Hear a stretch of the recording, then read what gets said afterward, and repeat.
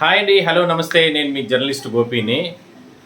పింఛన్లకు సంబంధించి రీవెరిఫికేషన్ అంటే ఈ హెల్త్ చెకప్లు అనేది ఆల్రెడీ ఇవాళ నుంచి కూడా ప్రారంభం అవ్వడం జరిగింది. కొన్ని చోట్ల అంటే ఇంకా నోటీసులు ఇవ్వకుండా ఈ సచివాలయం సిబ్బంది వీళ్ళు చాలా ఇబ్బందులు పెడుతున్నట్లు కూడా చెప్తూ వస్తున్నారు. అయితే ఇవాళ కొన్ని చోట్ల మాత్రం ఈ పెన్షన్లు సంబంధించిన విషయంలో హెల్త్ చెకప్లు అనేది ప్రారంభం అవడం జరిగింది. ఆల్రెడీ గతంలోనే అధికారులు చెప్పడం జరిగింది. అంటే ఖచ్చితంగా హెల్త్ చెకప్లు జరిగే సందర్భంలో ఈసారి చాలా పారదర్శకంగా డిఎంహెచ్ఓ స్థాయి అధికారులని పెట్టుకొని ఈ హెల్త్ చెకప్లు అనేది చేస్తామంటూ కూడా చెప్పిన నేపథ్యంలో ఆ రకంగానే చాలా ప్రికాషన్స్ తీసుకుని వైద్యుల బృందంచే చేస్తున్నారు ఈసారి.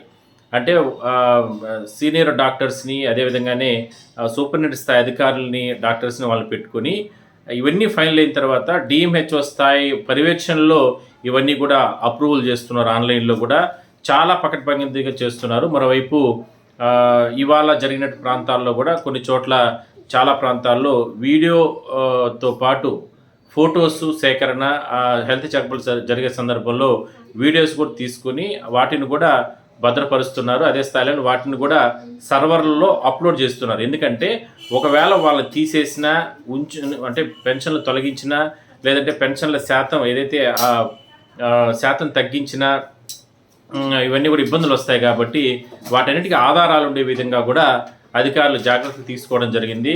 గతంలో 10 సంవత్సరాలు 20 సంవత్సరాలకు ముందు అలాంటి పరిస్థితి లేదు. కాబట్టి అప్పట్లో కొన్ని చర్యలతోనే హెల్త్ చెకప్ అనేది జరిగింది. కాబట్టి ఈసారి మాత్రం దీన్ని ఒక పారదర్శకంగా తీసుకురావాలి. అంటే ప్రభుత్వం ఏం చెప్తుందిరా అంటే ఖచ్చితంగా లబ్ధిదారుడికి నిజంగా దివ్యాంగులకు సంబంధించి నిజంగా వాళ్ళకు అంగవైకల్యం అంటే దివ్యాంగతత్వం ఉంటే ఖచ్చితంగా వాళ్ళకందరికీ మనం సపోర్ట్ చేద్దాం. దాంట్లో ఎటువంటి మొహమాటం లేదు, ఎటువంటి ఆలోచన లేదు. బట్ 40% లోపల ఉన్న వాళ్ళు కూడా దివ్యాంగుల కిందకే వస్తారు.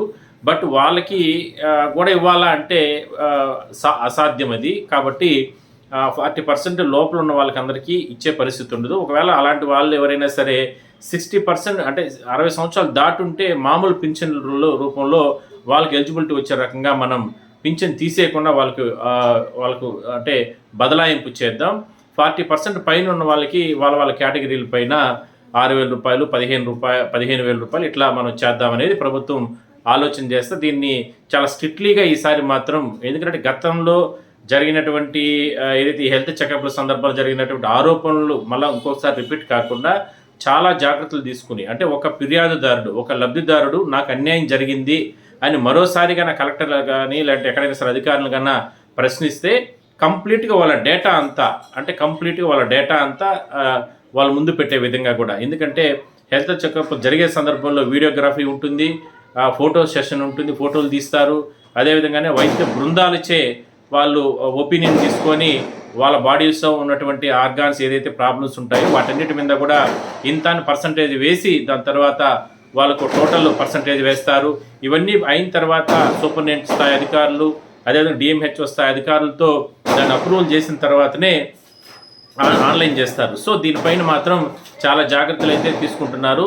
సరే, ఈ హెల్త్ చెకప్లో జరుగుతుంది, ఇది స్టార్ట్ అయిందో లేదో అప్పుడే రకరకాలుగా ప్రచారం అనేది కూడా స్టార్ట్ అయింది. అంటే ప్రభుత్వం పైన వ్యతిరేకత, రైట్ ఇట్లా హెల్త్ చెకప్లు స్టార్ట్ అయింది, లేదు ఇంక నెక్స్ట్ వచ్చే నెల కూడా పింఛన్ ఆపేస్తారు, హెల్త్ చెకప్ ఈ వారం లోపల అయిపోతాయి, అయిపోయిన వెంటనే 1వ తారీఖు మీకు పింఛన్లు రావు, మొత్తం హోల్డ్ చేస్తున్నారు, ఇంకా రావు మీకు పింఛన్లు, గతంలో ఉన్న పింఛన్లు ఇంకా రావు, ఈసారి ఈ 10 రోజుల్లోని 15 రోజుల్లో ఇవన్నీ కూడా హెల్త్ చెకప్లు అన్నీ కంప్లీట్ అయిపోతాయి కాబట్టి దాని ప్రకారమే మీకు పింఛన్లు ఇంక 1వ తారీఖు వస్తాయి అంటూ కూడా కొంతమంది సోషల్ మీడియాలో కానీ కొంతమంది రకరకాలుగా ప్రచారం చేస్తున్నారు. అయితే దీనికి ఎక్కడా కూడా ఆధారాలు లేవు. నేను కూడా కొంతమంది అధికారులతో మాట్లాడడం జరిగింది కానీ బట్ అలా ఎక్కడా లేదు. ఎందుకంటే దీనికి ఉదాహరణ చెప్తాను.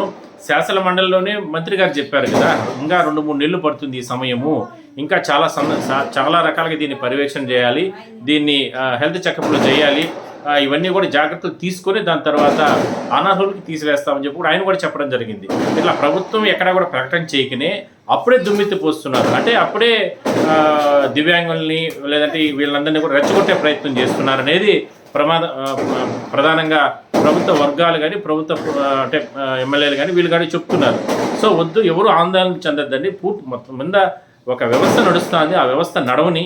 ఎందుకంటే హెల్త్ చెకప్లు అనేది ప్రారంభమైంది కాబట్టి ఆ హెల్త్ చెకప్లు జరగని ఇంకా ప్రభుత్వం ప్రకటనే చేయకుండా అధికారులు ప్రకటన ఎక్కడ కూడా చేయకుండా వెంటనే ఇంకా తీసేస్తారు అని చెప్పి ఎందుకు వాళ్ళని అభద్రతా భావానికి ఒక భయాందోళనకు గురి చేయొద్దండి అనేది ప్రధానంగా అధికారులు కూడా చెప్తున్నారు. సో చూద్దాం ఏం జరుగుతుంది అనేది. ఈ వారం 10 రోజులు ఆల్మోస్ట్ ఈ హెల్త్ చెకప్లు అనేది మాత్రం రీఅసెస్మెంట్ అనేది మాత్రం ఖచ్చితంగా కంప్లీట్ అవుతుంది, చేసేయాలనే ఆలోచనతోనే ఉన్నారు.